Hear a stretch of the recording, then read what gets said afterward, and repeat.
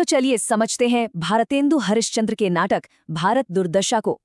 इसे हिंदी का पहला राजनीतिक नाटक भी कहते हैं। सोचिए, नाटक की शुरुआत जश्न से नहीं बल्कि एक दर्द भरे बुलावे से होती है, जिसमें सबको मिलकर रोने को कहा गया है। ये सिर्फ एक नाटक नहीं बल्कि एक क्रांतिकारी पॉलिटिकल स्टेटमेंट था जिसने 19वीं सदी के भारत को आईना दिखाया। नाटक का सबसे बड़ा टकराव यही था, एक तरफ शानदार अतीत और दूसरी तरफ एक बेहद दर्दनाक आज।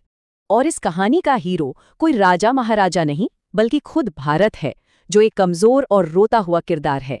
तो फिर विलेन कौन था? वो भी एक प्रतीक ही था, भारत दुर्दैव यानी भारत की बुरी किस्मत, जो अपनी पूरी सेना के साथ आता है। और ये थी विनाश की सेना। देखिए, इसमें सिर्फ बाहरी दुश्मन नहीं बल्कि देश की अपनी कमजोरियां भी शामिल थीं। भारतेंदु ने गजलों का इस्तेमाल कर तीखा कटाक्ष किया, जैसे आलस के किरदार से ये कहलवाकर। पर यह पॉलिटिकल मैसेज दिया कैसे गया? संगीत और डांस के एक बिल्कुल नए अंदाज में। उन्होंने इसे नाट्य रासक का नाम दिया, मतलब साफ था म्यूजिक इस कहानी के दिल में है। और कमाल की बात यह है कि हर किरदार को समझाने के लिए अलग अलग संगीत का इस्तेमाल हुआ। सोचिए, विलेन नाचते गाते हुए भारत की बर्बादी का जश्न मना रहे हैं। ये देखकर दर्शकों में गुस्सा जगाना ही मकसद था। तो क्या कोई बचाने वाला था?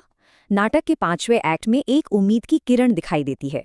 कुछ देशभक्त मिलकर एक कमेटी बनाते हैं, सब साथ मिलकर देश को बचाने के रास्ते ढूंढते हैं।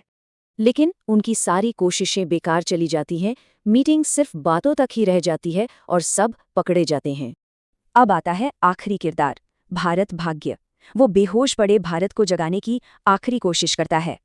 ये उसकी आखिरी पुकार थी, एक गुहार कि अपने शानदार अतीत को याद करो और भविष्य के लिए जागो। पर भारत नहीं जागता और पूरी तरह निराश होकर भारत भाग्य खुद अपनी जान ले लेता है। तो क्या ये एक निराशा भरा अंत था? नहीं, ये एक जानबूझकर दिया गया झटका था ताकि दर्शक नींद से जागें। असल में भारत दुर्दशा एक मशाल थी जो बता रही थी कि आज़ादी के लिए बाहरी और भीतरी दोनों दुश्मनों से लड़ना होगा। और यही कला की ताकत है।